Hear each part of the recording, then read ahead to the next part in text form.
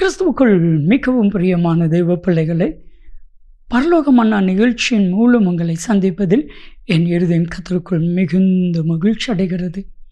இன்றைய பரலோக மன்னா, கர்த்தர் உதவி செய்வார். யார் உதவி செய்கிறாங்களோ செய்யலையோ சரியா, ஆனால் கர்த்தர் உதவி செய்ய வல்லவராயிருக்கிறார். அவர் உதவி செய்வார். ஏன் அப்படின்னா, எபிரேயர் 2:18 அவர்தாம் சோதிக்கப்பட்டு பாடுபட்டபடியினால் சோதிக்கப்படுகிறவர்களுக்கு அவர் உதவி செய்ய வல்லவராயிருக்கிறார். அப்படின்னா என்ன அர்த்தம்? உங்களுடைய கஷ்டத்தை ஆண்டவருக்கு தெரியும். உங்களுடைய இக்கட்டான சூழ்நிலையை ஆண்டவர் புரிந்திருக்கிறார். புரிஞ்சால் மட்டும்தான் உதவி செய்யவே முடியும். மனுஷங்க உங்களை புரிஞ்சிருப்பாங்கன்னு நினைக்கிங்களா? கூட பிறந்த சகோதரனோ சகோதரியோ உங்களுடைய பிரச்சனை புரிய முடியாது. அவங்கவுங்க பிரச்சனையை தான் பார்ப்பாங்க. உங்கள் பிரச்சனையை பார்த்து உங்களுக்கு உதவி செய்ய வரமாட்டாங்க.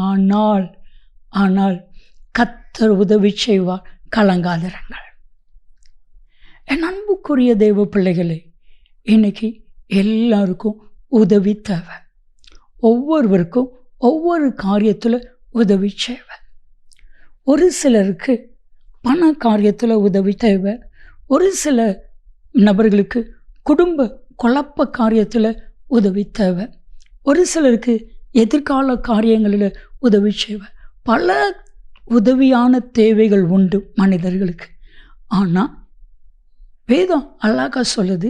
சங்கீதம் 60:11, சங்கீதம் 108:12, இக்கட்டிலே கர்த்தர் உதவி செய்வார். அதில் அண்டர்லைன் பண்ண வேண்டிய வார்த்தை, மனுஷனுடைய உதவி விருதா. மனுஷனுடைய உதவி விருதா.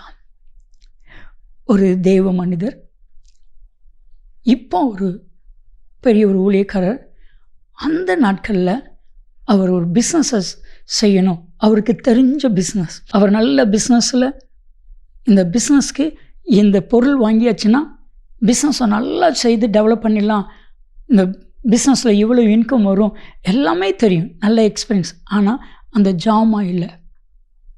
இவர் அவங்களுடைய சித்திட்ட அம்மாவுடைய கூட பிறந்த தங்கச்சி நல்ல நிலைமையில் இருக்காங்க.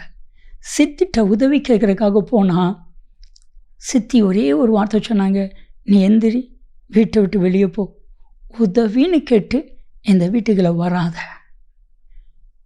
இவர் வேதனையோடு கண்ணீரோடு அவமானத்தோடு வெளியே வரும் பொழுது அந்த வாசல் படியில் ஏசு நின்றாராம்.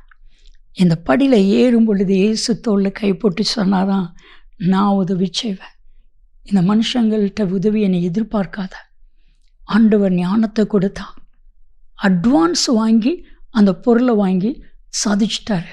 நாள் ஒன்று வந்தது, அதே சித்தி இவங்க வீட்டு வாசலில் வந்து உதவிக்காக நின்னாங்க. கர்த்தர் எப்படி மாற்றிட்டார் பார்த்தீங்களா? கர்த்தர் உதவி செய்வா. ஆண்டவரிடத்தில் உதவின்னு கேளுங்க. மார்க்கு 9வது அதிகாரத்தை நீங்கள் வாசித்து பாருங்க. 20ஆம் வசனத்திலிருந்து 29ஆம் வசனம் வரைக்கும் நீங்கள் வாசித்து பாருங்க. ஒரு தகப்பன் தன் பிள்ளைக்கு கொடிய பிசாசு சீசர்களிடத்தில் கொண்டுட்டு வந்து ஜெபிக்கிறாங்க. சீசர்களால் அந்த பிசாசை விரட்ட முடியலை. இப்போ இயேசு வருகிறார். அந்த தகப்பன் கண்ணீரோட ஒரு காரியத்தை கேட்கிறார், என் தேவனே, என் மேல் மனம் இறங்கி எனக்கு ஏதாவது செய்யக்கூடுமானால் எனக்கு உதவி செய்தருளும். இயேசு உதவி செய்தார். ஒரே ஒரு வார்த்தை சொன்னார், என்னால் உதவி செய்ய முடியும் என்கிற விசுவாசம் உனக்குள்ள இருந்துச்சுன்னா விசுவாசிக்கிறவனுக்கு எல்லாம் கொடு. என்னால் உதவி செய்ய முடியும், நீ விசுவாசிக்கிறியா? என்னால் உனக்கு உதவி செய்ய முடியும், நம்புறியா? அந்த தகப்பன் கதறுகிறான், ஆண்டவரே நம்புகிறேன், ஆண்டவரே நான் விசுவாசிக்கிறேன், என் அவிசுவாசம் நீங்கும்படி எனக்காக உதவி செய்தல். ஏசு உதவி செய்தா, ஏன் உங்களுக்கு உதவி செய்ய மாட்டாரா? ஆசா சொல்கிறான் ஜெபத்தில் 2 நாளாகமம் 14:11, பலனுள்ளவனுக்காகிலும் பலனற்றவனுக்காகிலும் உதவி செய்வது உமக்கு லேசான காரியம். கர்த்தர் உதவி செய்வா. ஜெபிக்கலாமா? அன்பின் தகப்பனே, யாரெல்லாம் எனக்கு உதவி வேணும்னு உங்கள்கிட்ட கேட்குறாங்களோ அத்தனை பேருக்கும் வானத்தையும் பூமியும் படைத்த கர்த்தரிடத்திலிருந்து உதவி இறங்கி வருவதாக செய்கிறதற்காய் உமக்கு நன்றி.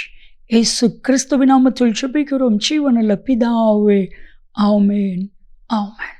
மனுஷன் அல்ல, கர்த்தர் உதவி செய்வார்.